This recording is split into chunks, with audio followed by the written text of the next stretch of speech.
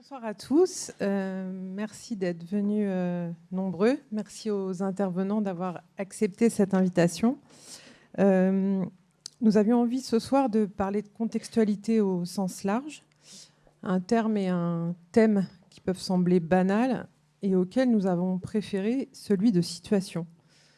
Alors qu'une situation est définie par le fait que certains aspects du milieu se prêtent à l'action, peuvent être utilisés comme des outils de persévérance, un contexte exprime plutôt l'ensemble des conditions qui limitent cette action.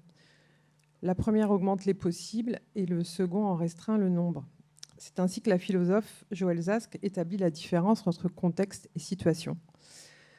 Le titre de cette table ronde, Construire en situation, un titre proposé par Alexandre Chemetov, nous a paru être capable d'embrasser la diversité des intervenants et être suffisamment fédérateur et ouvert pour que chacun en livre sa propre interprétation.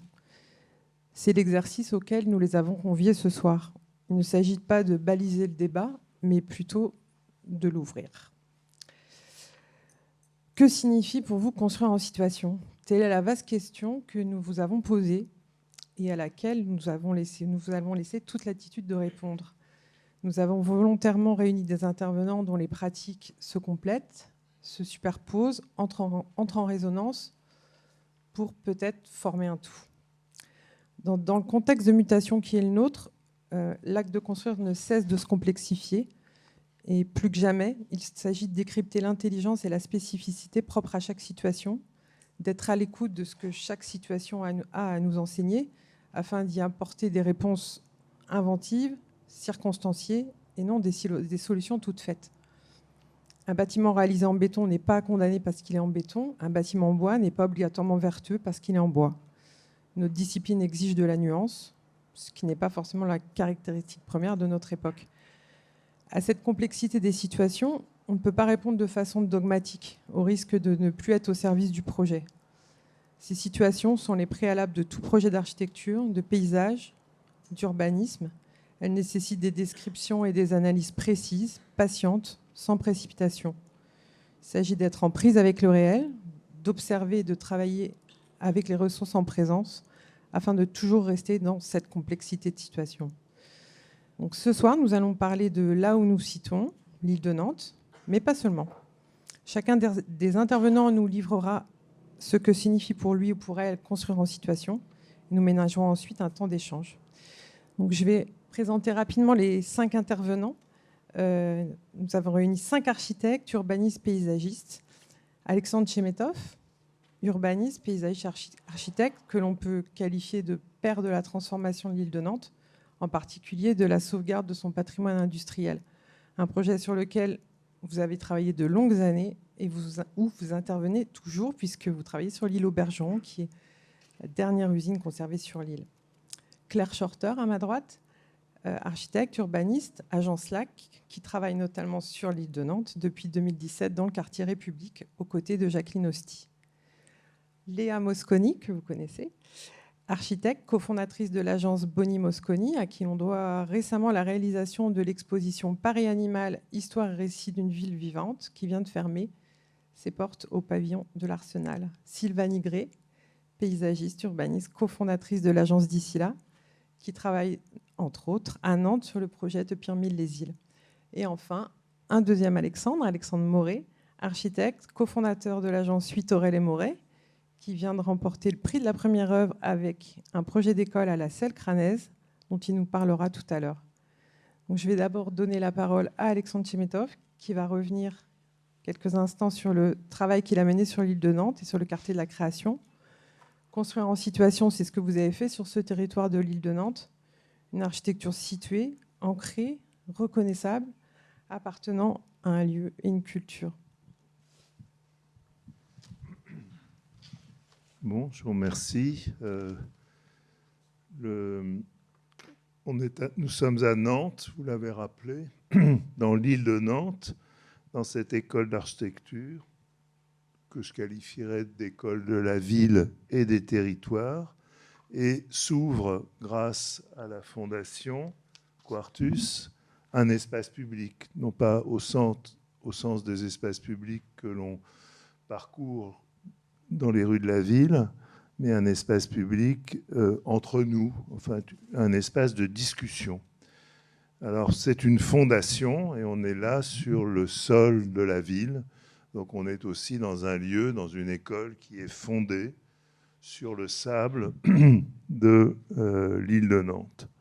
Donc situation construite, ce terme est un héritage détourné des situationnistes et il désigne, alors je vais passer les images en même temps. Non ? Voilà, j'étais surpris. Bon, voilà. Alors, le terme désigne à la fois ce qui est déjà là et ce que nous entreprenons, l'état des lieux et le projet. Il rassemble sous un même vocable des pratiques trop souvent séparées, la programmation, l'urbanisme, l'architecture, le paysage, l'environnement, l'économie, et qui sont cependant réunis indistinctement pour former notre réalité, celle qui s'offre à nos regards, notre cadre de vie, l'environnement dont nous sommes partie prenante. Donc finalement, vous voyez, c'est une façon de dire que ces distinctions entre les disciplines ne se retrouvent pas tout à fait dans les lieux dans lesquels nous vivons et qu'on peut les regarder autrement, justement, à la fois comme des situations existantes et comme l'idée qu'on pourrait s'en faire pour les transformer. Alors, on a créé ici le plan guide, et ce qui est intéressant, c'est qu'il assemble à l'origine deux documents, le plan de l'état des lieux et le plan du projet. Le projet est établi sur l'état des lieux, et il est indissociable de cet état des lieux. Donc on appelle le projet plan guide parce qu'il représente à la fois le site tel qu'il est et ses transformations. Le plan guide est daté, il évolue au fil du temps pour accompagner les transformations de la ville. Le plan est à la fois la représentation des désirs, aussi le relevé des actions. Il sert à mesurer l'espace qui sépare la réalité de la fiction, l'annonce des effets et les effets des annonces. Il considère la ville dans son entier, à l'échelle de l'île, sur les 350 hectares de l'île, sur lesquels nous avons étudié pendant les 10 ans pendant lesquels nous avons travaillé, la possibilité de construire 500 000 m² de plancher et réaliser un peu plus de 70 hectares d'espace public. Mais c'est aussi, et comme on le comprend, un outil opérationnel. C'est à la fois une façon de comprendre, une façon d'agir, et d'agir vite. Et de transformer les choses, de répondre aux besoins, donc de s'occuper de programmes, d'urbanisme, d'architecture, enfin d'environnement. Et puis on a établi un relevé de tous les bâtiments qui existaient, des ressources. En observant ces situations, nous avons trouvé un trésor de diversité. Et dans tout ce relevé, finalement, on s'est posé la question de savoir si l'invention n'était pas aussi du côté du patrimoine. Mais regardons à présent un détail du plan guide entre les nefs de la Loire et l'école où nous nous trouvons. Ce plan superpose l'état des lieux et figure différents états de projet en fonction de leur avancement. On comprend que, vous voyez, il y a des teintes différentes qui représentent en fait des états d'avancement de différents projets à un moment. C'est-à-dire que le plan ne fiche pas un état futur, il est le reflet d'une démarche de transformation en cours. Il y avait aussi une maquette qui accompagnait cette réflexion et sur laquelle reposait le plan. Et sur cette maquette, on avait décidé d'utiliser 3 couleurs. Le blanc pour les bâtiments existants sur lesquels aucune intervention n'était envisagée. Le bleu, qui sont les bâtiments conservés ou reconstruits à partir des formes et des volumes existants. Et en rouge, ceux qui font l'objet de projets nouveaux, situés par rapport aux précédents. Vu depuis le palais de justice, construit par Jean Nouvel l'année même où on commençait le projet de l'île de Nantes, c'est-à-dire à la fin du siècle dernier. On voyait les grands toits moussus et la maison qui appartenait à un marchand de produits de phytosanitaires qui s'appelait Avril et Phyto. Et on a décidé de garder une partie, en tout cas de se servir de ça pour imaginer la transformation. Et vous voyez qu'entre la photo de l'état des lieux et la photo du projet, tout est changé et en même temps, beaucoup de choses nous rappellent ce qui existait avant. C'est ce que j'appellerais une situation construite. Ensuite, on avait décidé de tracer la rue, de poursuivre la rue Lanoux-Bras-de-Fer jusqu'à la Loire, ce qui avait donné la partition de cette école entre le bâtiment principal dans lequel nous nous trouvons et le bâtiment côté Loire. Et si vous voulez, maintenant, quand on regarde cette rue, la rue Lanoux-Bras-de-Fer, on comprend qu'il y a cette nouvelle perspective et que l'école participe de cette perspective. C'est qu'elle est véritablement une école en ville et que ces deux bâtiments accompagnent les autres bâtiments qui ne leur ressemblent pas, mais qui en même temps sont distribués par rapport à l'endroit dans lequel nous nous trouvons. Donc la rue assemble des situations construites différentes.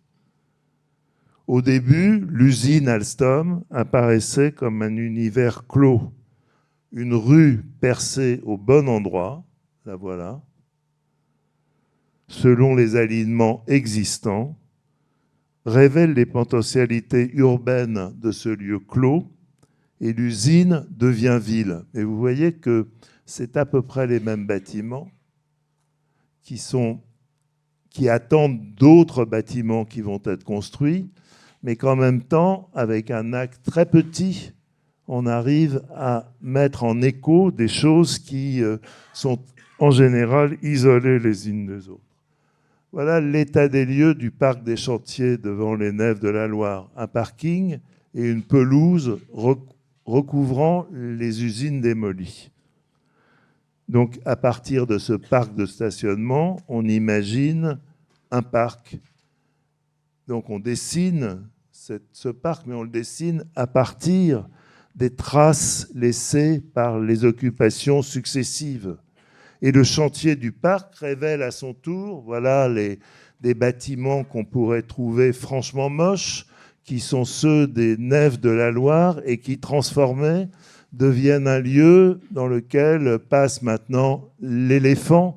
Et l'éléphant est le visiteur de ce patrimoine. C'est-à-dire qu'il est censé attirer la lumière sur l'éléphant et les gens qui suivent l'éléphant, les foules qui suivent l'éléphant, visitent la ville transformée, mais en même temps passant dans ces anciennes nefs qui étaient assez peu désirables et qui sont devenus maintenant comme une espèce de grand parapluie qui abrite toutes sortes d'activités.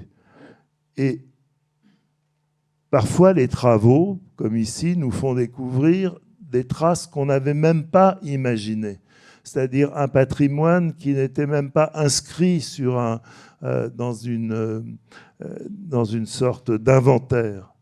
Et on modifiait immédiatement le projet pour tenir compte de ces fouilles au fur et à mesure qu'on les faisait et se dire qu'à partir de choses qu'on découvrait, on pouvait imaginer des lieux finalement plus inventifs que ceux qu'on aurait imaginés nous-mêmes. C'est-à-dire dans cette espèce de dialogue entre la réalité et l'imaginaire, en fait, souvent, la réalité est porteur d'un imaginaire plus riche que notre propre imaginaire.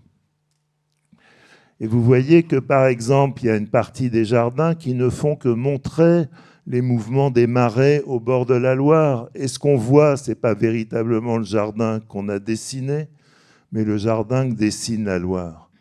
Et cette idée que le centre du projet n'est pas centré sur sa propre action, mais s'ouvre sur ce qu'il y a devant nous, c'est-à-dire la vue par la fenêtre ou la perspective au bout de la plateforme qui donne à voir le jardin, qui n'est précisément pas celui que nous avons dessiné, mais celui que dessine le fleuve chaque jour. Et vous voyez que l'assemblage d'éléments nouveaux et anciens, des cales, de la grue jaune, de ce profil si reconnaissable qui fait que chacun sait, regardant cette image, que nous sommes sur l'île de Nantes. Pourtant, elle assemble des choses qui étaient déjà là, qui sont reconnues par chacun comme faisant partie du patrimoine, et c'est sans doute pour ça qu'on a plaisir à suivre l'éléphant. Parce que suivant l'éléphant, on reconnaît des éléments épars d'un patrimoine qui ont été à un moment rassemblés. Et j'avais fait ce dessin que je trouve, qui montre l'île de Nantes et la ville de Nantes. On reconnaît la tour de Bretagne, d'autres monuments, pardonnez-moi, d'autres monuments singuliers de la ville. Et on se dit que le skyline, pour employer ce mot pas très français, de la ville comme le skyline de l'île s'enchaînent pour former le nouveau paysage de part et d'autre de la Loire. Et on voit comment était le quai des Antilles quand on l'a découvert. Et que si promenant, si par hasard j'entendais quelqu'un marcher derrière moi, je me retournais en me demandant ce qui se passait. Pour ensuite ouvrir ce lieu à une circulation beaucoup plus intense qui, d'une certaine façon, réalise ce que la petite image en noir et blanc avait imaginé, c'est-à-dire ces deux imaginaires de la ville réunis de part et d'autre de la Loire. Et puis ensuite, quittant l'urbanisme, nous avons fait 3 projets. Un projet avec l'urbaniste qui nous avait succédé, Anne-Muide de Poit, sur l'île de Nantes, qui s'appelle le projet Bambou. Donc on a réalisé comme architecte, avec Anne-Muide de Poit, urbaniste aux côtés de la Samoa, et Michel Giboire comme promoteur. À gauche, là, vous avez la faisabilité. Et à droite, un tout petit écart qui fait que ces bâtiments s'ouvrent. Et ils s'ouvrent pour regarder la Loire. Et vous voyez, on avait fait un dessin avec les cliniques vétérinaires construites par Michel Bertreux et ce bâtiment qui les continuait d'une certaine façon, mais avec cette petite inflexion qui faisait qu'il s'ouvrait sur ce paysage qu'on avait nous-mêmes imaginé et par rapport avec lequel on dialoguait. Et on le faisait comme architecte, qui était comme une autre façon de continuer, au fond, la même histoire.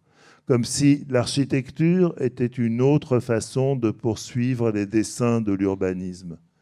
Et puis aujourd'hui, en traversant le pont, on voit ces 2 volumes avec les paliers ouverts sur le fleuve qui s'allument quand les gens rentrent chez eux. De l'autre côté de la Loire, avec la Cogédime, on a construit un immeuble qui est à la limite de Malakoff, le long de la même voie ferrée, en vis-à-vis du précédent. Et là, on a travaillé avec Gérard Pénaud, qui, pendant le temps où on faisait l'île de Nantes, s'occupait de la transformation du Pré-Gaucher et de la Prairie au Duc, et de Malakoff. Et on a imaginé, dans un environnement plus ingrat, qu'on devait aussi s'occuper de l'environnement alentour, entre le stade Marcel Sopin, les tours de Malakoff, et que cet environnement valait les autres, c'est-à-dire que... Et on s'est dit comment on s'inscrit à l'intérieur de ça, comment on construit précisément en situation ce programme que je ne détaillerai pas ici. Et aujourd'hui, si vous voulez, quand je traverse le pont, et que je vois les immeubles, ils se confondent parfois avec ceux qui existaient, au point qu'on ne sait plus très bien lesquels appartiennent à l'opération et lesquels étaient déjà là, même s'ils ne se ressemblent pas strictement.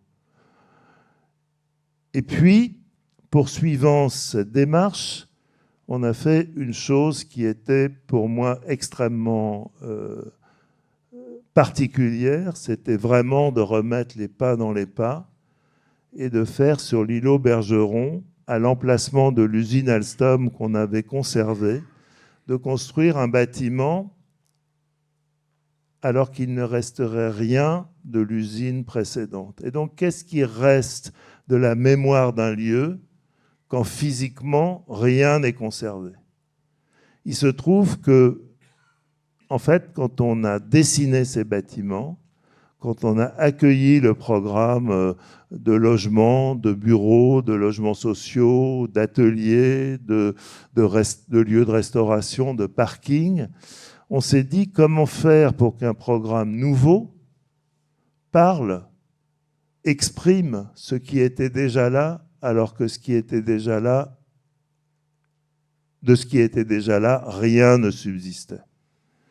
Et donc on peut se dire, mais au fond, reconstruire des bâtiments à chaides adossés au parking construit par Bernard Barthaud et Clotilde Barthaud, construire des bâtiments à toit, retrouver une certaine géométrie dans l'expression de ces façades, c'est une façon au fond, de renoncer à l'ambition de nouveauté. Eh bien, tout au contraire, je pense que cette façon de mettre les pas dans les pas et de s'intéresser à ce qui était déjà là, y compris quand on édifie à nouveau, est une manière de créer des situations construites. C'est-à-dire de construire en situation, pour reprendre ce qui a été dit précédemment. Parce que la vraie nouveauté n'est pas dans la volonté absolue de faire du neuf avec un esprit nouveau, en faisant du passé table rase, elle est du côté du patrimoine, de tous les patrimoines, de la façon de les revisiter en les cultivant, y compris pour aménager, édifier et construire de nouveau. Pourquoi souhaiter faire la ville autrement ? Chacun souhaite que la ville soit autrement, mais autrement que quoi ? On pourrait tout au contraire promouvoir une ville semblable à celle que nous aimons. C'est un peu ce que nous avons fait sur l'îlot Bergeron. On a décidé ces immeubles pour qu'ils ressemblent au site qui était en train d'être démoli et que nous aimions. Et donc, c'est la ressemblance qu'on a recherchée, et non pas la différence ou la distinction. Parce que la ville de demain, elle est déjà là. Nous l'avons sous les yeux.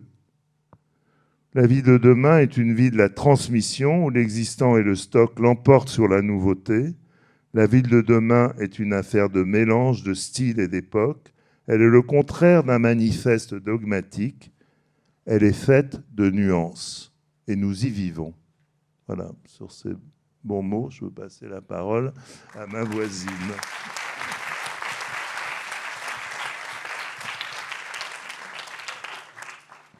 Merci beaucoup, Alexandre. Propos de ne pas mettre les pas dans les pas, je pense que Claire, nous allons suivre la temporalité de l'île de Nantes et je vais passer la parole à Claire qui travaille à la fois sur le même territoire qu'Alexandre, mais un territoire qui est quand même très différent, celui du quartier de la République.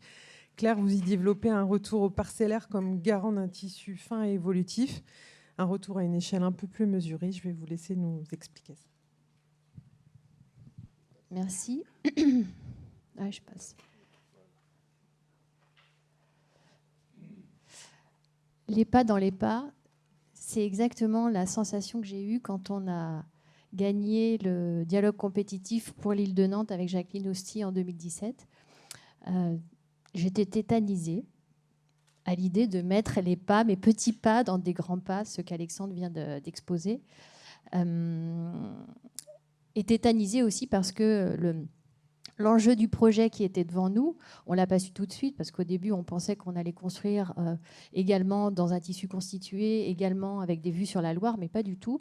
Le secteur qui nous concerne et sur lequel on travaille activement avec Jacqueline, c'est ce périmètre blanc que vous voyez sur l'écran, qui fait plus de 18 hectares et qui est en quelque sorte coincé entre le futur hôpital en construction et le quartier de la création dont vient de parler notamment Alexandre. Donc pas de vue Loire, peu d'existants, un foncier qui est une ancienne gare de marchandises, un mine déménagé et démoli, dont le métal a été largement réemployé bien sûr, et donc là encore plus tétanisé à l'idée de se dire comment faire aussi bien, aussi fin, aussi varié, aussi différent, aussi nuancé que le travail qui caractérise le projet urbain sur l'île de Nantes. Donc un héritage difficile. Alors, plutôt que de regarder ce qu'on avait en place, alors on a toujours quelques petites choses, des tours à glace, des silos évidemment qu'on garde précieusement, mais on a aussi regardé le voisinage proche et la ville qu'on aime, comme tu dis Alexandre, et moi la ville que j'aime, c'est par-dessus tout, c'est la ville faubourienne. C'est la ville, c'est ces tissus complexes et pour le coup qui nous démontrent encore aujourd'hui et tous les jours qu'ils ne sont pas finis grâce au parcellaire. Et le parcellaire dans les opérations d'urbanisme contemporain, je peux dire même depuis les années 60, depuis l'avènement, enfin en tout cas la généralisation de la voiture et des parkings, et des plus gros parkings parce que c'est quand même plus pratique et puis plus facile à construire, le parcellaire a disparu. Et en fait, ce qu'on a observé finement chez notre voisin Quartier de la Création, c'est cette transformation dont parle Alexandre à l'intérieur de parcelles. Alors de grandes parcelles quand on parle de l'école d'architecture, qu'on voit sur cette image tout en haut, mais aussi de tout petites parcelles qui permettent de mélanger l'ancien, le récent, d'avoir des mitoyennetés assez déjantées et qui nous plaisent en fait. Voilà. Puis, ce qu'on a aussi remarqué dans ce tissu, c'est des îlots, ce sont des îlots d'une taille assez importante, dont vous voyez un exemple là. Si j'essaye de montrer là, voilà. Ce sont des îlots qui font 120 mètres par 120 mètres. Cerda, c'est 80 par 80, donc c'est des îlots qui sont plus grands que Cerda. Et à l'intérieur de ces îlots, donc ces îlots, ils sont adressés sur des rues tout autour, mais à l'intérieur, quand on passe les premières façades, on trouve des cours, des passages, d'autres bâtiments, des intériorités qui sont tout à fait intéressantes et qui permettent d'habiter aussi autrement que sur une rue. Donc ça nous a beaucoup intéressés. Et c'est avec déjà là, en tout cas ce voisinage, que l'on s'est lancé dans le travail de conception, de plan guide, et puis de guide pour les architectes à qui on transmet nos fiches de lot et notre travail sur ce futur quartier. On s'est lancé dans un travail, on va dire, de parcellaire. Alors comment on a fait ça ? On est reparti, on s'est donné quelques règles du jeu, pas trop, mais suffisamment pour s'assurer de cette ville diverse. La première règle du jeu, c'était de travailler de la même manière que le quartier voisin, puisqu'en fait, on s'est dit que notre quartier, finalement, n'était que la continuité du quartier de la Création, d'une certaine manière. On a travaillé sur ce qu'on a appelé des blocs, parce qu'à l'intérieur des blocs, il y a des îlots, donc des blocs de 120 mètres par 120 mètres. Et à l'intérieur de ces blocs, on s'est dit que l'on doit trouver, comme dans le faubourg, au moins 3 manières d'habiter, maison en bande, même malgré la densité qui était imposée, logements superposés et collectifs, que l'on devait trouver une mixité fine de logements et d'activités, et même d'activités artisanales, et que l'on devait trouver au moins 2 manières de travailler, c'est-à-dire des bureaux. Alors, la ville se fait aussi comme ça, la ville se fait aussi en blanc, mais aussi de l'artisanat, donc avec, si possible, des preneurs déjà fléchés. Et puis on a inventé un petit truc dont je vous parlais après qui s'appelle les opérations singulières, puisqu'on est chez Quartus, pour justement permettre à l'habitant de devenir lui-même constructeur sans forcément passer par ceux qui font la ville aujourd'hui, qui sont évidemment les promoteurs et avec qui nous avons tous besoin de travailler. Donc ces îlots de 120 mètres par 120 mètres, on les a redécoupés on les a redécoupés en 4 îlots. À l'intérieur desquels on a donc travaillé sur des continuités ruelles, qu'on appelait la rue des voisins. Alors elle est très sinueuse parce qu'on fait attention à ce que justement ça ne soit pas une rue dévolue à la voiture, mais plutôt dévolue aux piétons et aux modes doux. Et donc le fait qu'elle soit sinueuse, ça permet de casser complètement la circulation. La voiture n'est pas chez elle. Et de venelles qui connectent chaque bloc avec les jardins de l'estuaire qui sont...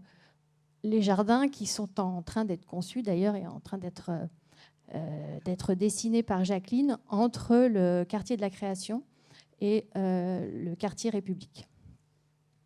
Donc on a 4 îlots avec des adressages assez tenus, urbains, sur leur pourtour, et puis une intériorité qui permet de se dire qu'on va pouvoir habiter autrement que dans du grand collectif. Et moi, c'était ça c'était ça dont j'avais envie. C'était aussi de proposer des manières d'habiter très différentes comme dans le faubourg. On a sorti les parkings des îlots, c'est-à-dire qu'un seul des 4 îlots reçoit le parking, ce qui permet d'abord d'avoir d'autres îlots en pleine terre, de s'affranchir des largeurs de 16 mètres qui sont souvent facilitées parce que ça plombe avec les stationnements, donc de s'affranchir et de proposer surtout des cœurs d'îlots qui sont en pleine terre, plantés généreusement, pas sur dalle. Et ensuite aussi de pouvoir non pas passer de sa voiture à son ascenseur et à son logement, mais de passer de sa voiture, si on prend la voiture, à la placette du bloc et à chez soi en traversant les espaces publics de voisinage. Et grâce à ça, grâce au fait d'avoir aussi déporté le parking, on impose dans nos fiches de lot un découpage parcellaire. Alors ça peut paraître artificiel, mais c'est un souhait auquel on tient fortement. Donc on oblige aussi entre ces parcelles à des doubles murs parce qu'on veut transmettre un tissu qui, comme le faubourg, est évolutif. Peut-être qu'un jour, un bâtiment tiendra moins bien ou aura envie d'être rehaussé ou envie d'être reconstruit. Et il faut que ce soit, pour moi, je pense que transmettre une ville, c'est transmettre d'abord un tissu et un tissu qui n'est pas fini. Donc ce parcellaire, on y tient beaucoup. C'est aussi des combats et de la conviction qu'on essaye de transmettre à nos architectes et aux opérateurs avec qui on travaille, pour qui le double mur, évidemment, c'est un surcoût. Alors évidemment, ce n'est pas aussi découpé que ce que vous avez sur l'image, mais chaque îlot est découpé en 3 ou 4 parcelles. Et à l'intérieur de ces îlots, on a travaillé sur de la mixité fine, donc en rouge l'activité, en bleu le logement, avec différents types de logements allant jusqu'à la maison. Et donc, alors des petits noms, ça c'est la Samoa qui s'est amusée à donner des prénoms plutôt que des A2 comme la bataille navale. On a, le bloc A, c'est que des noms en A, et bon, etc. C'est une manière aussi de personnifier les opérations et de s'y attacher. Et puis vous voyez dans les angles des tout petits fonciers qu'on a appelés des opérations singulières que l'on ne construit pas. Ou en tout cas pas tout de suite. C'était une manière de ne pas finir. Alors nous, on est évidemment des urbanistes, on fait des fiches de lot, et on fait des fiches de lot qui sont bourrées de bonnes intentions, qu'on transmet, avec lesquelles on travaille avec les opérateurs et les architectes. On essaye de faire le mieux qu'on peut, mais je pense qu'on n'est on n'est pas toujours indispensable. Et proposer ces petites dents creuses, sur lesquels on ne fera pas de fiches de lot, sur lesquels ce ne seront pas des opérateurs ou alors des tout petits opérateurs, puisque c'est des tout petits fonciers, voire même des habitants ou des entrepreneurs ou des groupes d'habitants qui viendront construire et finir ou compléter en tout cas ce quartier République. C'était une volonté très forte. On les a placés aux angles parce que ce seront forcément des singularités, probablement de la construction légère, des singularités qui se verront à chaque coin de rue. Donc on travaille sur des opérations singulières, une ou deux par bloc, et on a déjà ça frappe à la porte pour venir construire les opérations singulières, mais pour l'instant, ce sont des lots qui ne seront pas du tout commercialisés, et puis ça se fera sans nous. Et ça, c'est ce que je trouvais aussi intéressant, c'est que la ville nous échappe un tout petit peu. Le parcellaire, c'est aussi une manière que la ville nous échappe et que la ville se transforme demain. Bon. Des images pour montrer aussi un travail fin sur les rez-de-chaussée, sur le paysage. Alors, je ne vous parle pas aujourd'hui du grand paysage parce que j'avais droit qu'à 10 diapos, j'en ai fait un peu plus, mais puis Sylvanie va vous en parler. Mais c'était aussi pour dire que toutes ces petites intentions à l'échelle de la parcelle, elles se poursuivent à l'échelle des seuils, à l'échelle des jardinets, à l'échelle de ces petits cœurs d'îlots qui sont généreusement plantés puisqu'en pleine terre. Et puis voilà, ça c'était pour convaincre la Samoa sur la question on avait fait cette petite diapo sur la question des opérations singulières. Nos bureaux sont dans le Colibri, ce petit bâtiment en bois qui se situe dans le quartier de la Création, face à la Loire. Et c'est un bâtiment qui a une emprise au sol de 1000 mètres carrés et qui développe des bureaux et du non standard, et qui sort du standard et qui sort de la fabrique de la ville en blanc. Et c'est ça que je trouvais intéressant à travers ces petites opérations singulières que l'on perpétue dans le quartier République. Le plan d'ensemble et cette mixité fine.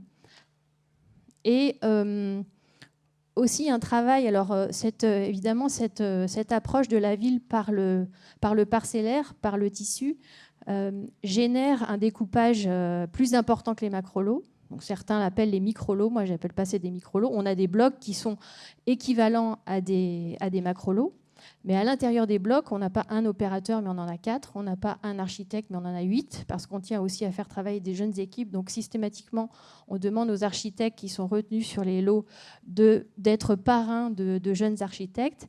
Et on travaille à l'échelle des blocs comme ça, dans une sorte de compagnonnage avec les différents architectes des lots.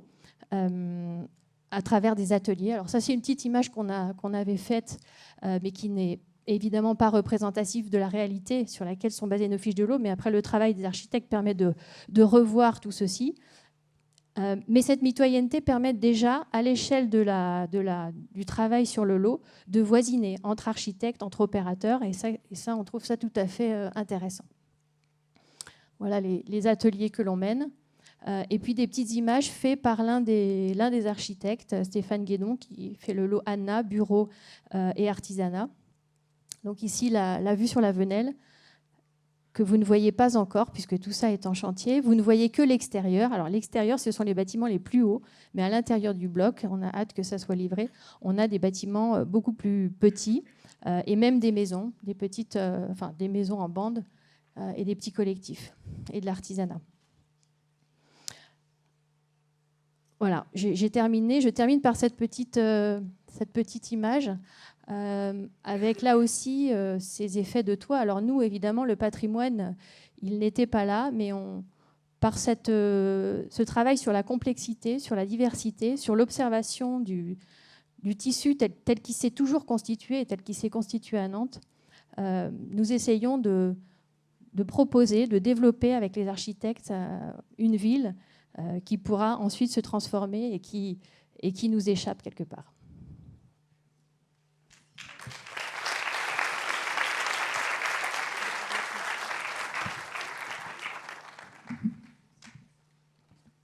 Merci beaucoup, Claire. Votre conclusion évoquait la question de la capacité à la ville de se transformer sur elle-même, une notion de résilience qui est très à la mode en ce moment, un peu galvaudée parfois, mais qui a quand même un sens. Et je vais passer la parole à Sylvanie, puisque cette notion de résilience et de réparation, c'est aussi beaucoup ce qui traverse votre pratique. Vous nous avez expliqué lors des entretiens préparatoires comment la notion de réparation avait fait irruption dans votre pratique et surtout pris une place prépondérante. Je vais vous laisser nous expliquer ça. Merci. Alors effectivement, par rapport à cette thématique de construire en situation, alors peut-être que nous, dans notre pratique de paysagiste, la question de construire, elle est un peu plus abstraite que lorsque vraiment on construit des habitations. Par contre, la question de la situation, c'est vraiment un enjeu extrêmement large, et notamment au cœur de notre pratique, il y a vraiment la part du vivant comme étant une espèce de source complètement infinie de projets, de pistes de projets, d'adaptation. Et puis dans ce vivant, il y a aussi comment les vivants, c'est-à-dire nous tous, aujourd'hui, demain, à l'avenir, on vit en fait dans cette place de la nature un peu renouvelée, qui est un peu au cœur de nos sujets. Et c'est vrai que nous, on travaille depuis une petite vingtaine d'années. Je témoignais effectivement de sans doute la transformation du métier de paysagiste que l'on trouvait dans notre pratique entre une forme d'accompagnement, de récits d'histoire et de jardin, et puis en tout cas un tournant qui pour nous a été vraiment très très important sur une prise de conscience de plus en plus forte sur à la fois les nouveaux enjeux, mais aussi la question de la rénovation, la question de la réparation, la question aussi de la contestation, qui n'était pas du tout un sujet d'actualité sur les sujets du paysage jusqu'à récemment, et qui fabrique des projets, tout ça assez différents. Alors, je vais l'illustrer avec 3 projets sur lesquels on travaille chez Dicila. Alors, ce premier site, c'est le ruisseau des Égalades. On est dans Marseille. C'est un ruisseau, enfin c'est un fleuve côtier qui fait 14 km de long, qui part du massif de l'Étoile et qui arrive en bas de la tour de Zadide, pour ceux qui connaissent Romède. Et la demande, il y a 7 ans, lorsque l'on a commencé, c'est important de le dire, parce qu'il y a 7 ans, je pense qu'il y a beaucoup de choses qui se sont passées depuis 7 ans, c'était de se dire, ce fleuve côtier, il est en régime méditerranéen, c'est compliqué, donc surtout, vous n'y touchez pas. Vous prenez avec une pompe, vous faites une fausse petite rivière à côté qui dit qu'il y a le ruisseau des Égalades, et puis en fait, on fait un parc de 5 hectares autour de ça, et c'est des parcs de 5 hectares dans Marseille, il n'y en a pas beaucoup. Récemment, il y en a eu très peu. C'est quand même un parc assez majeur. Et c'est vrai que nous, ça ne nous paraissait pas du tout concevable de se dire que l'on pouvait faire un parc en laissant le ruisseau comme ça, en ne le remettant pas dans des conditions de nature, de fonctionnement de milieu qui sont un petit peu plus cohérents. Et en fait, ce parti pris de se dire ce cadre en U-béton, là, complètement étanche, ça va être la base de tout le projet. En fait, il faut réussir à trouver les solutions techniques, hydrauliques, qui permettent de faire fonctionner un parc inondable, en régime méditerranéen, source de biodiversité, et fabriquer un parc autour de ça. Et donc là, c'est vraiment le site, cette situation extrêmement dégradée, je pense que on peut comme se le dire, qui est vraiment la base de tout le parti pris de ce projet et qui porte ce projet depuis 7 ans. Alors, on vient de livrer la première tranche du parc. La fabrication du paysage, c'est long, c'est très très long. Donc on va attaquer la deuxième tranche du parc, enfin, et on va s'attaquer à la remise en eau, en tout cas avec un régime plus naturel sur ce site. Un deuxième exemple peut-être, donc là on est à Saint-Nazaire dans le parc paysager, et là aussi la question pour ceux qui connaissent le parc paysager, c'est un parc qui fait une 20aine d'hectares qui est dans Saint-Nazaire, qui est assez difficile à comprendre parce qu'en fait on le voit assez peu en fait depuis l'extérieur, on arrive à le traverser et puis dans lequel il y a notamment un sujet il y a un grand plan d'eau, hein, vous voyez le plan d'eau des parcs un peu d'après-guerre, on dit souvent le plan d'eau des photos de mariage, vous voyez, qu'il y a dans toutes les familles.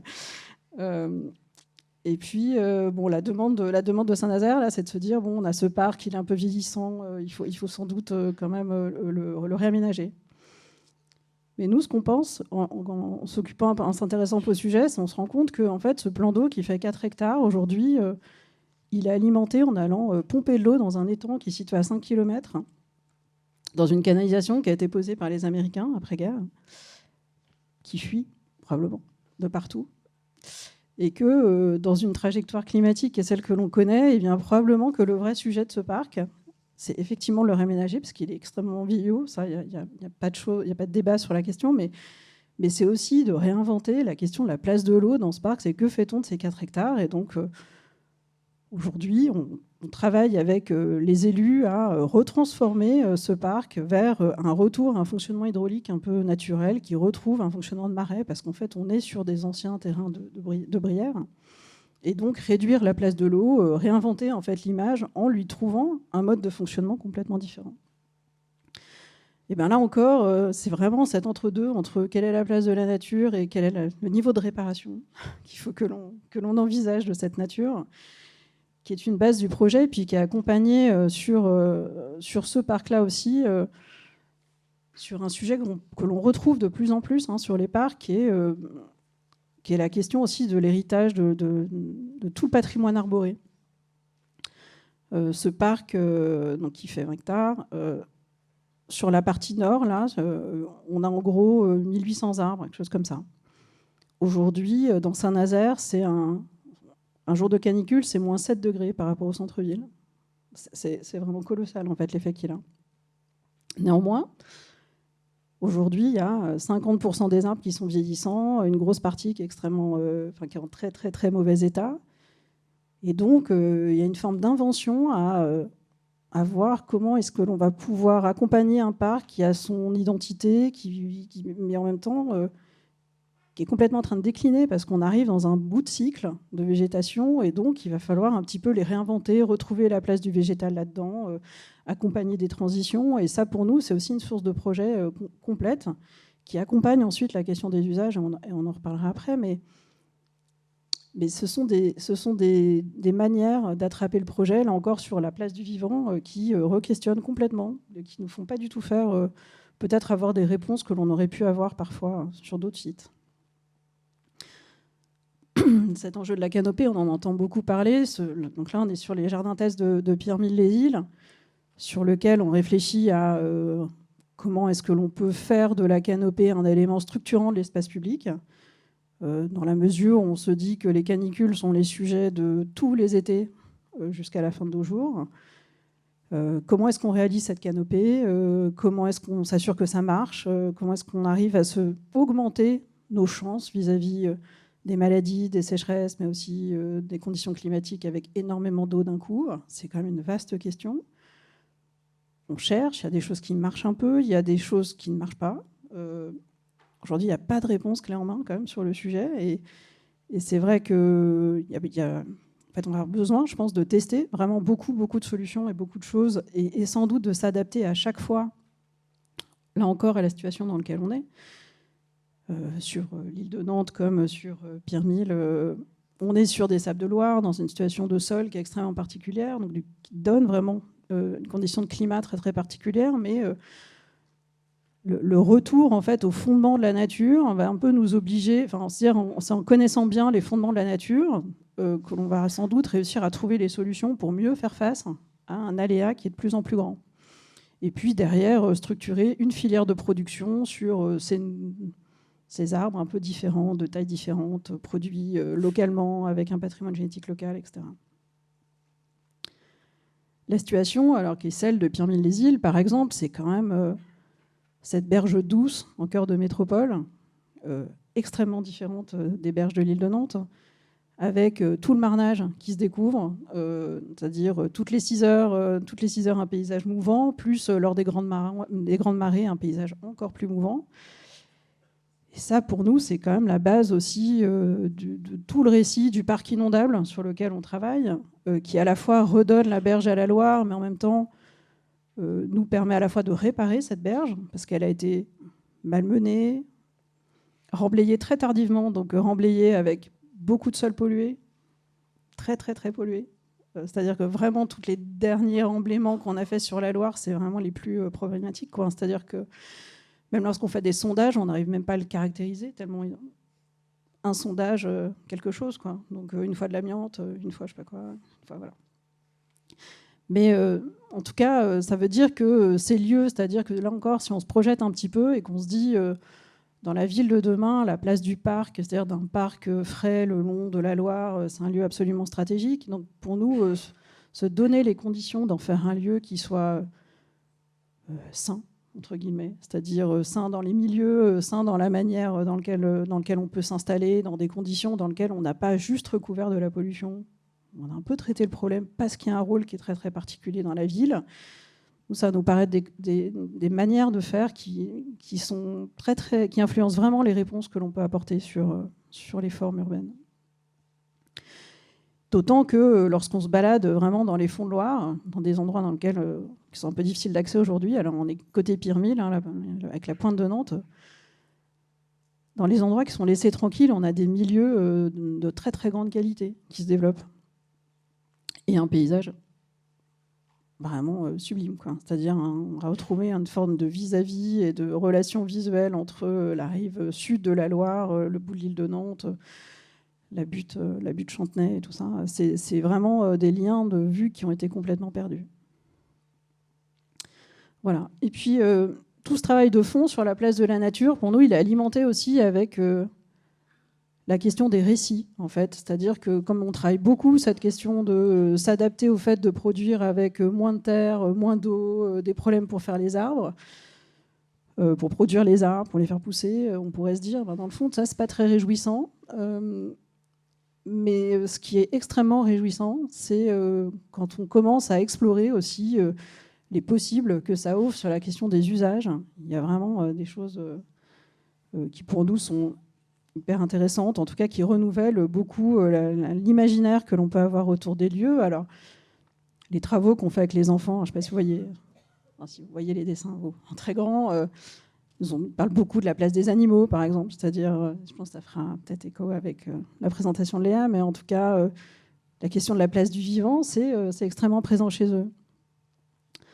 C'est aussi, quand on commence à tirer le fil de ces sujets dans lesquels on est dans des lieux inondables, dans lesquels on a des problèmes d'ombrage, dans lesquels on a des problèmes d'eau, eh bien,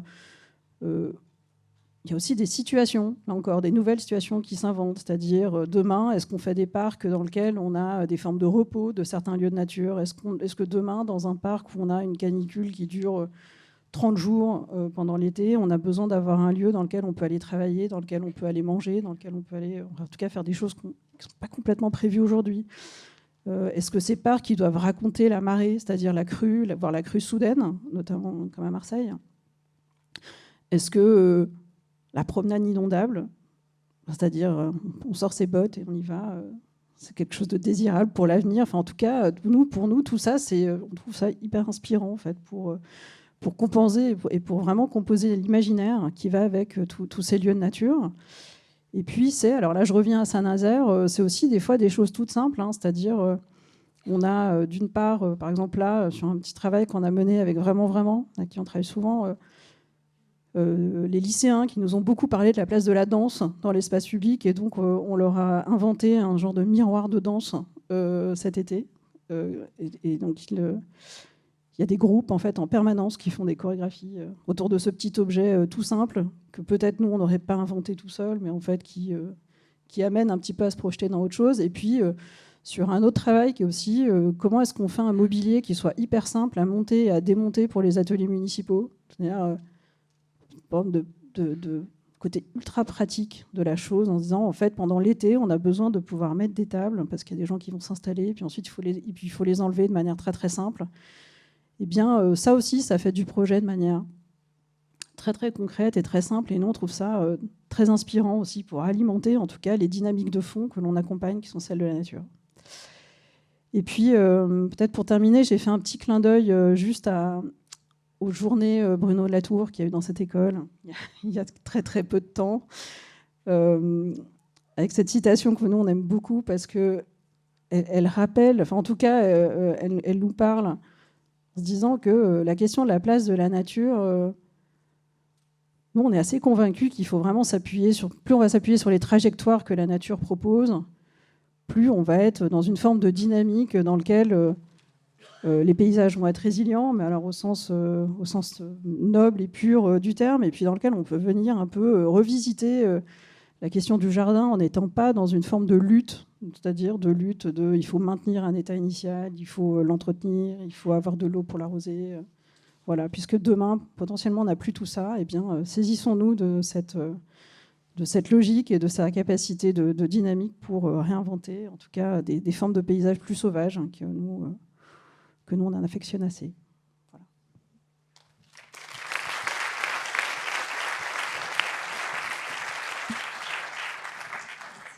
Merci beaucoup, Sylvanie. La nature n'est pas une victime à protéger, mais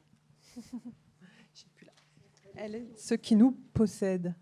Donc, effectivement, la transition est parfaite avec Léa, qui a été co-organisatrice des journées d'études consacrées à Bruno Latour il y a quelques semaines, ici notamment. Donc, vous, Léa, la nature, vous l'abordez sous une facette qui n'est pas nouvelle, mais qui était très peu considérée, je pense, jusque-là. La nature animale, qui, quand on l'intègre à une situation, la rend encore plus complexe. Enfin, en tout cas, c'est mon sentiment. Donc, vous allez nous parler de cette approche. Je rappelle que vous avez fait notamment réalisé l'exposition Paris Animal, qui était au pavillon d'Arsenal, dont le catalogue est disponible à l'école et qui est très bien fait. Donc, je vous laisse la parole. Merci beaucoup. Merci beaucoup. Je suis très heureuse de ces échanges et de pouvoir échanger sur cette question de construire en situation. Et j'aimerais l'ouvrir avec deux situations qui sont plutôt deux paradoxes qui, moi, m'ont amené à réfléchir à cette question de construire en situation. Premier paradoxe, vous voyez derrière moi ces deux cartes. Ces deux cartes, elles représentent l'évolution des colonies de moineaux à Paris. Et elles sont basées sur des études qui ont été réalisées par la mairie de Paris et par la Ligue de protection des oiseaux, la LPO.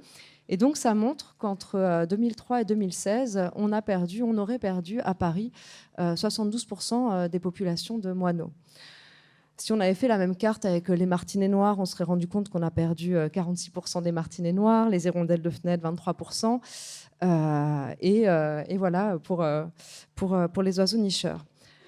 Alors, c'est une question qui nous a interpellés, nous, en tant qu'architectes. On s'est dit, architectes, urbanistes, est-ce que la ville, est-ce que l'architecture a un rôle dans cette chute et dans ce déclin des oiseaux et plus largement de la biodiversité? Alors déjà, on s'est posé une première question, on s'est dit, mais en fait, pourquoi est-ce que, déjà à l'origine, pourquoi est-ce que les oiseaux viennent en ville? Qu'est-ce qui fait qu'ils viennent en ville? Alors, ils viennent en ville parce que si là, vous prenez les espèces rupestres ou, plus loin, les espèces cavicoles, on trouve en ville une morphologie qui parfois rappelle la morphologie des habitats originels des oiseaux. Et puis, on trouve des oiseaux en ville parce qu'en fait, certains oiseaux fuient les campagnes parce qu'il y a un développement très fort des insecticides, il y a une diminution des prairies, il y a l'augmentation des grands prédateurs. Et donc, finalement, la ville, parfois, peut-être, je parle sous ton contrôle, j'ai peur, la ville peut être parfois un refuge. Et donc, ce que l'on voit, c'est qu'on trouve en ville de nombreuses espèces d'oiseaux, mais qu'au sein de ces espèces, les populations sont en déclin. Et donc, nous, ça nous a beaucoup intéressés. Et on s'est rendu compte que si ces populations sont en déclin, c'est entre autres parce que depuis une vingtaine d'années, se développe par la considération pour l'architecture écologique, se développe une attention très grande, et c'est très bien, pour la question énergétique. Et donc se développe de plus en plus de rénovation énergétique en façade. Et en rénovant les façades des bâtiments ou en construisant en isolant les bâtiments par l'extérieur, finalement, on vient faire des façades lisses. Et donc, on vient boucher les petites cavités, les petits trous où loger les insectes et les oiseaux. Et donc cette situation, moi, j'ai trouvé particulièrement intéressante parce qu'on est face à une question écologique qui embrasse complètement notre profession. On est face à des enjeux qui sont extrêmement sérieux, qu'il faut prendre extrêmement au sérieux. Et si on les prend au sérieux en prenant la question énergétique comme boussole, il faut absolument en effet rénover par l'extérieur et participer à faire cette ville lisse. Mais si on prend la question par le vivant, cette ville lisse, elle participe à faire qu'en moins de 15 ans, on a 72% des colonies de moineaux qui ont quitté la ville. Et donc, ça participe à faire que la ville est moins vivante, donc moins vivable. Deuxième cas, avant d'en débattre. Deuxième cas, deuxième paradoxe. Vous voyez d'un côté le dessin d'un sol et de l'autre côté, le dessin d'une friche. Le sol, depuis, on va dire, une dizaine d'années, a une plus grande attention de la part des architectes, des urbanistes, des étudiants en architecture. Moi, j'ai connu la grande époque où, quand on représentait une coupe, c'était un trait. Et en dessous, c'était un peu abstrait. On ne savait pas vraiment ce qu'il y avait. Et c'est vrai que c'est quelque chose qui évolue énormément. Ici, vous voyez les dessins qui sont sur la gauche pour vous aussi, sont des coupes qui sont réalisées par les étudiants de première année de l'école d'architecture de Versailles. Il y a quelques années encore, c'était impossible d'avoir... c'était impossible, j'exagère, mais on n'avait pas cette attention pour le sol, cette attention dans les écoles d'architecture, dans les premières années, à le comprendre, à le dessiner, à le représenter. De l'autre côté, vous avez une carte qui a été réalisée par 3 chercheuses et qui a été publiée dans un très beau livre qui s'appelle Terraforma, qui décide de rendre visible, là aussi, la complexité et l'épaisseur du sol. Et donc, ça, ce sont des exemples, mais quelque part, à un autre niveau, on voit que les récentes réglementations, les récentes lois, les récents débats politiques, et notamment les débats qu'on conduit au développement du ZAN, du zéro artificialisation net, Pour les étudiants, le ZAN, en fait, c'est ce qui conduit à ce que d'ici 2050, on n'artificialise plus du tout le sol, pour le dire de manière un peu grossière. Donc il y a cette préoccupation sur le sol et sur sa préservation, préoccupation très forte. Je vous ai parlé de paradoxe. Et j'ai mis une friche à côté. J'ai mis une friche à côté parce que parallèlement se pose aussi depuis quelques années une attention de plus en plus grande au sol, alors qu'il a un peu moins pénétré notre milieu, le milieu de l'architecture et de la ville. Mais malgré tout, chez les écologues, les naturalistes, les ornithologues, de plus en plus, on étudie ces friches. Et au Muséum d'histoire naturelle, il y a une grande enquête qui a été portée par une écologue qui s'appelle Audrey Muraté et qui a étudié la biodiversité qu'on trouve dans ces friches. Et le rapport montre que dans les friches étudiées, qui sont en Seine-Saint-Denis, on trouve dans certaines friches une biodiversité qui est extrêmement riche, qui est complémentaire de celle qu'on trouve dans les parcs et jardins, et que les préconisations qui terminent cette étude et qui sont reprises ensuite par Paris Région et autres, démontrent que en fait, ces friches, c'est entre autres ce qui va participer dans la ville dense, de rendre la ville dense vivable. Le paradoxe, il est que ces friches, elles représentent aussi une réserve foncière, et qu'avec le zéro artificialisation nette, donc avec le fait qu'on ne puisse à horizon 2050 plus artificialiser les sols, ces friches, qui sont des réservoirs de biodiversité, sont identifiées aujourd'hui par les politiques, par les aménageurs et autres, comme des lieux qui vont permettre quelque part de continuer à construire. Et donc, on arrive à un paradoxe qui est qu'on a des sols agricoles qui sont parfois morts, je caricature un peu, mais qui n'ont pas forcément une valeur écologique et en termes de biodiversité qui ne sont pas si intéressants que ça et qu'on ne pourra pas construire parce qu'on préserve le sol, ce qui est une très bonne chose. Et en revanche, on a des sols de friches et plus que des sols, des espaces dans les friches qui ont une biodiversité extrêmement riche, pas tous, mais certains, et là qu'on pourra construire parce que cette loi le permet. Et donc là, on arrive là aussi à un deuxième paradoxe. Et pour les résumer tous les deux, premier paradoxe, est-ce qu'une façade écologique, est-ce que c'est une façade qui économise l'énergie? Donc dans ce cas-là, il faut une façade lisse avec une isolation thermique par extérieur. Ou est-ce que c'est une façade qui accueille le vivant? Est-ce qu'un aménagement du territoire qui est écologique, est-ce que c'est un aménagement du territoire qui préserve le sol? Ou est-ce que c'est un aménagement du territoire qui préserve des réservoirs de biodiversité? Il ne s'agit pas d'arbitrer, et au contraire, il s'agit de dire, pour reprendre le titre d'un livre qui est très intéressant, qui s'appelle « Architecture Deepened » de Jeremy Tills, ça dépend. En fait, ça dépend des situations. Et en fait, une vision dogmatique qui dirait « Ah ben non, les façades lisses, ça empêche toute biodiversité, il faut combattre l'isolation thermique par extérieur », ça n'aurait aucun sens. De même que de dire il faut au contraire, je ne sais pas moi, laisser toutes les friches et ne plus construire de logements, ça n'aurait aucun sens. On a besoin de logements, on a besoin de penser la question énergétique, on a besoin de penser la question du vivant. Mais en revanche, cette phrase « ça dépend », ça dépend des situations, ça nous engage aussi à réfléchir à notre rôle. Est-ce qu'on est des architectes auteurs avec des positions fortes et dogmatiques? Moi, je ne pense pas que ce soit la figure d'architecte qui convienne au monde qui vient. Ou est-ce qu'on est des architectes enquêteurs? Tu parlais de Bruno Latour tout à l'heure. Bruno Latour, il nous amène à réfléchir à notre position et à aussi notre position d'architecte. Et moi, je pense que cette question construire en situation, c'est apprendre à construire en étant un architecte enquêteur, un architecte qui enquête les situations dans lesquelles il construit pour pouvoir arbitrer sagement, patiemment, en ayant décrit bien toutes les situations, si dans un cas, à un moment donné, parce qu'il y a telle ou telle espèce, tel martinet noir qui niche, ou si parce qu'il y a un enjeu de construction de logements sociaux, eh ben, quel est le curseur sur lequel appuyer, sans dogmatisme et sans position doctrinaire et comment dire, je ne trouve pas le mot pour terminer, mais là, c'est doctrinaire.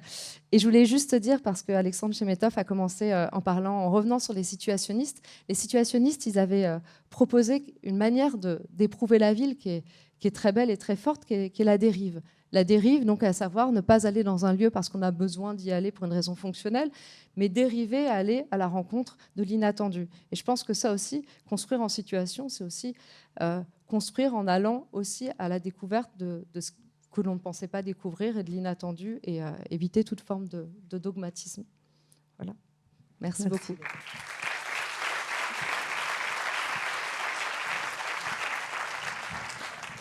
Merci beaucoup, Léa. Le ça dépend, l'arbitrage, c'est ce qui a un peu guidé l'attitude de l'agence 8 Aurel et Mouret, Alexandre Mouret, qui est présent ce soir, à la Selle Cranaise, une école publique qui finalement, si elle est ce qu'elle est aujourd'hui, le résultat d'une somme d'arbitrage et d'attention extrêmement précise au contexte, mais pas seulement, aux ressources présentes à proximité, à la volonté de dépasser le programme. Donc Alexandre va nous parler de ce projet, mais qui va lui permettre de nous expliquer comment cette idée de construire en situation traverse l'ensemble de la pratique de l'agence. Merci beaucoup. Très heureux également de participer à cette table ronde avec vous. Oui, donc je vais présenter du coup ce dernier projet là qui a été livré par l'agence, qui va du coup témoigner de manière assez concrète de notre interprétation de la question, et puis qui peut bien évidemment être appliqué à d'autres types de programmes ou d'échelles, ce qui est le cas à l'agence, mais qui va pouvoir permettre aussi de discuter ensuite entre nous. Je voulais démarrer quand même pour dire que nous, c'est avec des travaux de recherche, avec l'enseignement, notamment un workshop qu'on avait fait à la campagne, que la relation au terrain et aux usagers prend sa place dans notre pratique. Et finalement, c'est à ce moment-là qu'on prend aussi conscience des déserts architecturaux comme un lieu où il n'y a pas beaucoup de moyens, mais il y a beaucoup d'envie, et finalement qui sont apparus pour nous comme un lieu propice à l'expérimentation. Du coup, on s'est installé dans le Grand Ouest avec la volonté de trouver une proximité avec nos maîtres d'ouvrage, qui étaient le plus souvent aussi utilisateurs. Donc, c'est un des premiers projets de l'agence. Bon, il a mis un peu de temps à sortir. Et on a commencé du coup sans a priori, sans trop de méthodes de projet. On n'était pas rodés. Donc, on y allait un peu à l'intuition avec comme envie de rassembler le plus de monde possible. Du coup, on a organisé là des balades urbaines, des visites d'ateliers où on parlait finalement, on était avec les habitants, on ne parlait pas directement d'architecture. On leur parlait du territoire agricole de la commune, on parlait de l'école comme un espace public, on parlait de l'appropriation du lieu par les enfants. On était intéressé par des exemples germaniques ou du nord de l'Europe où on pouvait aussi traverser l'architecture comme des parcs. Les cours de récréation étaient publics le week-end. Et finalement, on est arrivé avec les habitants à un postulat qui était que l'école devait fédérer le plus possible et accueillir la communauté. Et du coup, paradoxalement, que le site qui avait été choisi par la mairie n'était pas le bon, puisque souvent les écoles à la campagne sont liées à l'étalement urbain, il y a de nouveaux lotissements. Donc l'école devait être loin du centre-bourg, proche de la zone artisanale.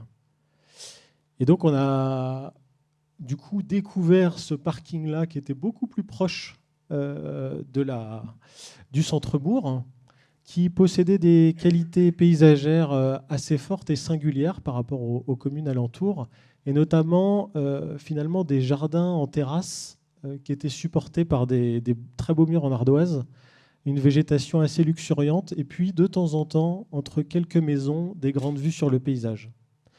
C'était aussi pour nous l'occasion de leur rappeler que juste à côté de ce parking, il y avait la cantine et l'école maternelle passée, et qu'on allait transformer en périscolaire et qu'on pouvait plutôt construire notre école, rassembler les lieux publics et faire un ensemble unitaire. Donc l'école est arrivée sur cet ancien parking de manière assez simple, puisque c'est 2 bâtiments qui sont posés en fosse équerre, avec l'entrée dans l'intervalle au milieu. Ce sont les bâtiments qui font la limite des cours de récréation et qui cadrent aussi des grandes vues sur le paysage quand on est à l'intérieur. Alors, les discussions qu'on a réalisées à l'échelle urbaine se sont évidemment poursuivies quand on est passé à l'échelle architecturale. On a dû composer avec un programme assez maigre, comme souvent, avec là la particularité qu'ils avaient oublié toutes les distributions. Donc l'enveloppe prévisionnelle était encore plus réduite. Et on a compris qu'on allait devoir adopter une stratégie de projet. Et on a décidé de prendre un peu la technique à l'envers et de la retourner pour en faire des qualités spatiales et d'usage. Donc là, dans tout le processus des études, on a retourné les impératifs réglementaires et économiques pour que ça serve au projet. Une des premières discussions qu'on a eues, du coup, plus avec les habitants, mais avec les parents d'élèves et les instituteurs, institutrices, ça n'a pas été forcément architectural dès le début, ça a été la notion de qualité d'air intérieur. Et au fur et à mesure des discussions, on décide collectivement qu'on allait faire une école à la ventilation naturelle. Donc la réglementation actuelle, elle impose un balayage horizontal entre 2 façades et un volume d'air assez important par enfant, ce qui fait que ça nous a permis de passer des 60 mètres carrés pour une classe à 80 mètres carrés et d'augmenter la hauteur sous plafond à plus de 3,50 mètres. Ça nous a aussi permis de faire des classes traversantes. Et du coup, les enfants, alors c'est pas la bonne photo, mais les enfants arrivent à avoir la cour de récréation d'un côté et puis le grand paysage de l'autre. Et c'est aussi une manière, finalement, comme un jeu à tour de rôle, à chaque récréation, les enfants ouvrent les fenêtres, ce qui participe aussi à leur plaisir d'habiter ce lieu-là. Nous, on a décidé d'exercer dans ces territoires par conviction, mais aussi pour être au plus proche des moyens humains et matériels du projet. Quand on a commencé les études de cette école, on terminait le restaurant scolaire dans une commune voisine et donc on commençait à connaître assez bien finalement les acteurs de construction, les filières qui étaient en train de se développer dans le sud Mayenne, et notamment la paille, qui était en quantité abondante, qui n'était pas chère et qui possède d'excellentes qualités thermiques et de stockage du carbone. Et puis on a découvert dans notre commune, la Selle Cranaise, que l'entreprise principale était une usine de préfabrication lourde de béton, et donc que c'était un acteur économique assez important sur le territoire. Et on a réfléchi, en partant de ces deux ressources locales un peu contrastées, une structure hybride qui était faite d'une infrastructure en voile de béton préfabriqué, là, que vous voyez, qui permet de gérer le dénivelé du terrain et qui permet de contreventer au-dessus l'ossature poteau-poutre en bois de l'école, qui est complètement vitrée sur les façades publiques, au sud et à l'ouest, et qui est plutôt refermée sur les cours de récréation pour des questions d'intimité, dont les parois sont isolées en paille. Là, vous voyez un des murs isolés dans l'atelier du charpentier. On a décidé de cacher ou de rendre invisible la plupart des efforts qu'on a mis en œuvre pour que le bâtiment soit le plus simple possible, pour qu'il soit aussi appropriable par le plus grand nombre. C'est évidemment une rationalité aussi économique qui nous a permis de mettre les moyens autre part, notamment dans la générosité des espaces et dans la qualité des matériaux. Et puis c'est aussi une stratégie d'usage, puisque cette rationalité permet une grande souplesse et une variation. Ce sont des petites écoles avec souvent du multiniveau et l'intégration notamment d'un préau dans l'enveloppe du bâtiment qui fait la taille d'une future classe. Alors le projet aurait pu s'arrêter là. Le chantier était lancé, tout se déroulait bien, et le maire vient nous voir alors qu'on commence les terrassements en nous disant que la maison qui est ici était à nouveau à vendre.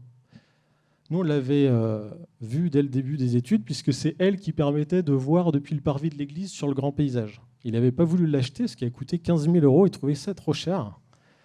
Et alors quand il nous a demandé notre avis, en 5 minutes, c'était réglé. Donc on a décidé de stopper le chantier pendant 6 à 9 mois, le temps d'acquérir la parcelle, de modifier le projet. Et en fait, on a enclenché une série d'actions urbaines qui nous ont permis de faire de l'école l'espace public qu'on voulait tous depuis le début, mais qu'on n'arrivait pas à faire complètement. On a déplacé l'implantation de l'école de 2 mètres pour créer un passage entre le mur mitoyen et l'école. On a troqué le fond du jardin voisin pour accéder à la partie haute. Et on a démoli la maison qui était face à l'église pour que depuis le centre-bourg, on puisse voir le grand paysage. Cette action a permis aussi de dévoiler le pignon du café communal qu'on a proposé à la mairie d'ouvrir pour que les habitants puissent profiter d'une nouvelle place centrale dans le village qui regarde face à l'école et au grand paysage au coucher de soleil. Alors on voulait parler de ce moment du chantier aussi parce qu'on est dans une école d'architecture. On sait tous que c'est des moments difficiles, âpres, et en même temps qui sont un moment de projet où tout est encore possible à condition qu'on soit d'accord pour faire évoluer le projet et se saisir des opportunités qui se proposent.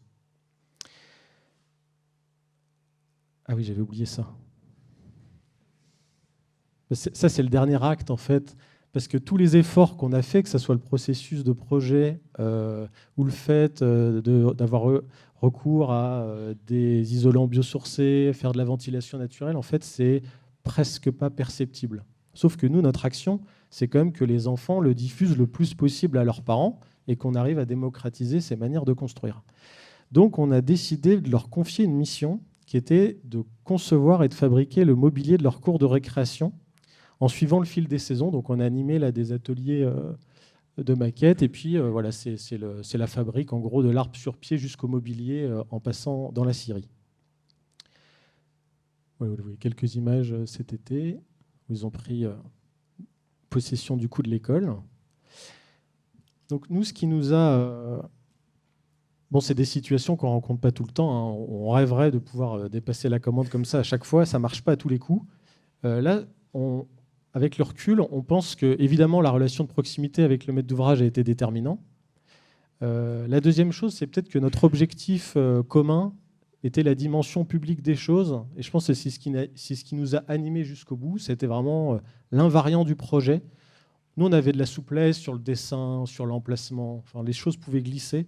Il y avait par contre quelques invariants dont tu parlais dans d'autres conférences ou dans des textes que tu as écrits, mais qui ont fait aussi la dimension collective de ce projet. Vous voyez bien qu'on parle de ville et de territoire, mais par là la focale de la construction, qui est finalement un des leviers privilégiés qu'on a, nous, les architectes. Et cette dimension constructive située, c'est une manière pour nous de replacer l'architecture comme un lieu de rassemblement, mais aussi de l'ancrer dans son milieu. Et on pense que c'est une manière aussi de réaffirmer notre rôle dans la société. Merci.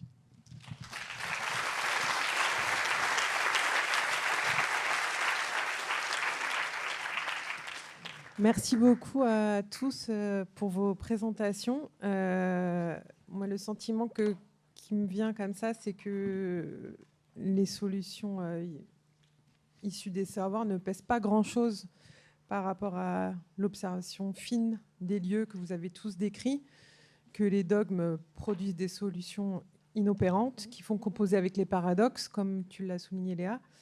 Et il y a une phrase que vous avez dite, Alexandre Chemetov, que j'ai trouvé qui aurait été presque pu être le sous-titre de cette table ronde, c'est que le projet ne doit pas être centré sur sa propre action. Et ça, c'est un message que je pense qu'on devrait être capable de faire passer aux étudiants. Et j'aurais aimé entendre l'avis des autres intervenants sur cette question-là, du projet qui n'est pas centré sur sa propre action. Emmanuel, vous voulez nous rejoindre ? Il n'a pas l'air de vouloir. Cette idée du projet qui n'est pas centré sur sa propre action, vous avez également parlé du fait que dans cette observation de l'existant permet de produire des lieux plus inventifs que ceux qu'on aurait pu imaginer nous-mêmes. Et ça, je trouve ça assez intéressant. On est dans une école d'architecture. Cette idée-là me semble assez intéressante à partager avec les étudiants. Est-ce que quelqu'un veut prendre la parole sur ce sujet ?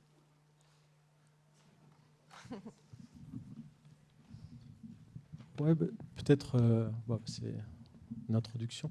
Non, mais on a parlé tout à l'heure, Alexandre, tu as commencé avec ça, sur le fait, d'une autre manière, mais d'accepter l'héritage ou pas forcément de porter un jugement sur les situations qu'on confronte. Tu as parlé de bâtiments qu'on pourrait trouver moches. Là aussi, dans les campagnes qu'on traverse, il y a du bien, du pas bien, et on n'est pas vraiment là pour ça.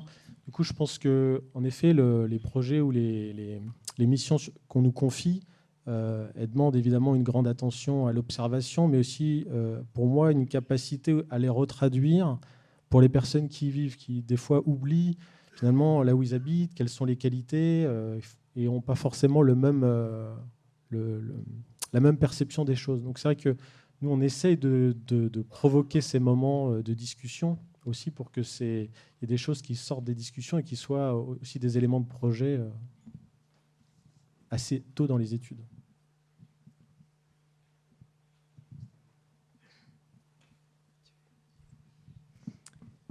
Pour un urbaniste, ne pas être centré sur sa propre action, quand on fait un projet urbain sur un site alors certes qui a une histoire, mais qui n'a pas beaucoup de déjà là comme le quartier République lui-même. C'est-à-dire que le déjà là, c'est le voisinage. Pour moi, ça a été de laisser du champ, donc donner un cadre quand même, non dogmatique. Et je vois que Alexandre aime déplacer la commande, et c'est vrai que les architectes adorent déplacer et transformer nos fiches de l'eau. Et c'est ça qui est intéressant, justement. C'est la fiche de l'eau, c'est un cadre, et tous les débats qui s'en suivent, c'est là que le projet devient intéressant. Mais donc, ne pas être centré sur sa propre action, pour nous, ça a été vraiment cette notion de parcellaire qui permet de se dire que la ville continue derrière nous. Et aussi ces opérations singulières qui permettent aussi de dire que la ville nous échappe à la conception de l'urbaniste, la ville dans son entier. C'est pas simple, parce qu'on nous demande de faire des plans guides, des documents cadres, non dogmatiques. Et moi, je suis assez critique. Je suis née dans les années 70, et j'ai vu l'urbanisme se développer dans les années 80, 90, 2000. Je suis assez critique de cette uniformité qui en découle. Et donc, le travail qu'on essaye de faire à travers cette question du parcellaire et à travers cette question du découpage plus fin, donner moins de gros morceaux aux opérateurs et aux architectes, c'est aussi permettre des assemblages qui sont inattendus et qu'on n'a pas du tout anticipés. Voilà, c'est ma petite pierre.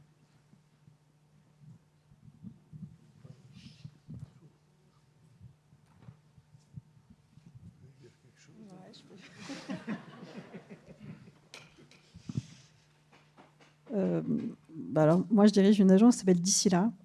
Alors, cette question de ce sentiment de dire, nous, on accompagne des lieux à un certain moment de leur trajectoire, ça fait vraiment partie des fondements de notre intervention. C'est-à-dire que notre action en soi, c'est un moment. Voilà. On résout des problèmes d'aujourd'hui, on essaye d'en résoudre d'autres un petit peu pour demain.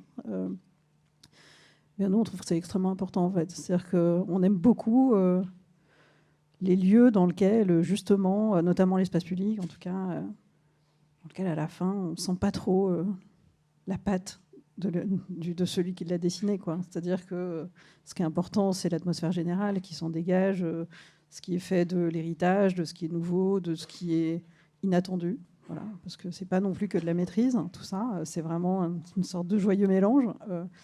On est très, très attentif, en fait, à ça, quoi. Et dans le fond, voilà, cette idée que, de toute façon, on ne peut pas être complètement dans la maîtrise des lieux, elle nous paraît absolument essentielle.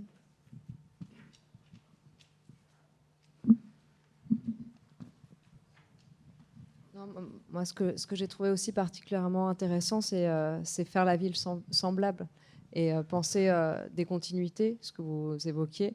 Et l'autre jour, Patrick Henry était ici et nous disait que lui, maintenant, en studio de projet, d'une année sur l'autre, les étudiants reprennent le projet de l'étudiant de l'année d'avant. Et donc, cette idée de dire que la ville se fait à plusieurs, ensemble, avec une forme de continuité, c'est vrai que ça rompt avec une manière de faire qui a été très, très présente et qui a beaucoup dominé du projet comme œuvre, d'un auteur et autres. Et donc, je trouvais que c'était vraiment intéressant d'avoir ce propos, faire la ville semblable et penser les continuités qu'on tisse avec un héritage qui est parfois encombrant, mais en fait, qui est un héritage avec lequel il faut faire. Oui, mais pour autant, c'est-à-dire que ça peut être aussi une action esthétique, délibérée, pour que la ville ressemble, soit une ville de la ressemblance. C'est-à-dire que ce n'est pas forcément un renoncement, mais c'est véritablement une recherche, une conquête. Alors ce que je voulais dire quand même, c'est qu'il y a un exercice qui serait très intéressant à faire dans une école d'architecture, c'est d'appliquer le PLU au centre historique de la ville, pour voir si, avec le PLU, et enfin tous les règlements qui s'appliquent aux quartiers nouveaux, est-ce que si on les appliquait à la ville qu'on aime bien, est-ce que ça conduirait à la démolition de la ville qu'on aime bien? C'est-à-dire, on prend le PLU hors du secteur historique et on l'applique au secteur historique, à mon avis, on peut tranquillement tout raser. C'est-à-dire, les appartements ne sont pas traversants, les isolations ne sont pas à l'extérieur, les prospects ne sont pas les bons, enfin, rien ne va. Or, c'est cette ville où rien ne va que tout le monde vient visiter. Vous avez fait une enquête chez Quartus en disant les Français n'aiment plus la ville et veulent s'en échapper finalement. Mais de quelle ville parle-t-on? C'est-à-dire, est-ce qu'on parle de la ville qu'on va visiter, dans laquelle on se presse, ou est-ce qu'on parle de la ville qu'on subit, et en réalité, celle qui est produite par nous autres depuis la fin de la Deuxième Guerre mondiale? Nous autres, nos pères, sans que rien de personnel ne transpire au travers de cette remarque un peu perfide. Donc, si vous voulez, voyez ce que je veux dire. C'est-à-dire, je pense que le monde a un peu basculé. L'autre jour, on projetait au pavillon de l'Arsenal une intervention de Jean-Louis Cohen sur la guerre. Et il a fait une dernière conférence à Shanghai qu'il a appelée Paris brûle-t-il. Et il parlait de Paris. Et il racontait cette histoire, c'est que Hitler avait demandé que Paris soit rasé. Et cet ordre n'a jamais été exécuté, mais il montrait ensuite une carte de l'aménagement de Paris dans l'après-guerre, dans lequel on pouvait se demander s'il y a retardement, cette consigne n'avait pas finalement prospéré plus qu'on aurait pu l'espérer, quoi. Et vous voyez cette idée qu'on a extraordinairement rasé notre patrimoine, qu'on a démoli très largement après la dernière guerre, et qu'on se retrouve avec un héritage extrêmement dur auquel il faut se confronter.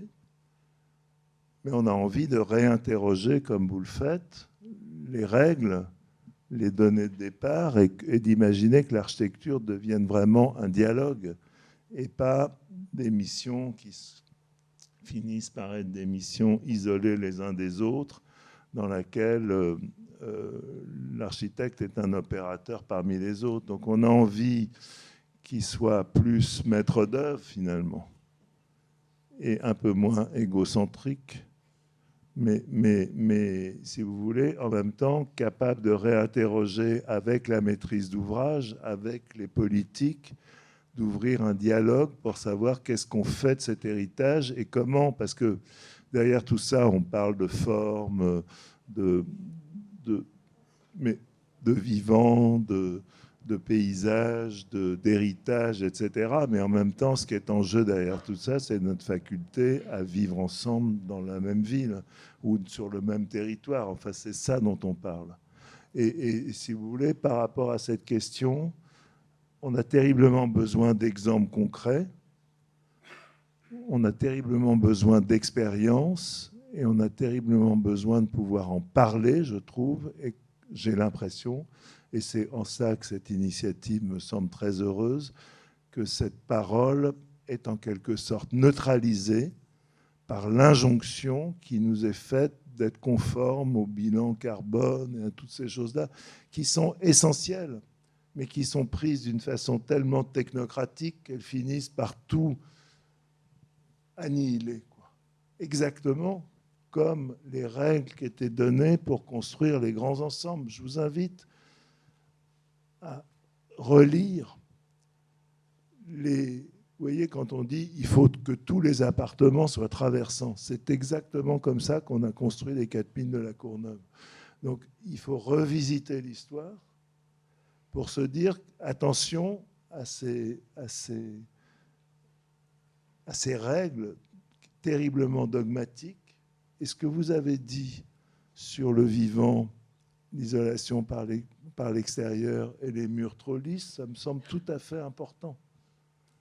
pas seulement pour les oiseaux qui vont nicher, mais pour tout le monde d'une certaine façon, parce que ça veut dire que c'est ça l'enjeu de la discussion, et je trouve c'est très difficile d'arriver à entrer là-dedans. On a l'impression qu'il y a vraiment une paroi qui se dresse, et puis alors là, c'est comme c'est un dogme absolu, quoi, et dans lequel on a l'impression que la relativité n'est plus possible. Et je trouve pour ça intéressant qu'on en parle.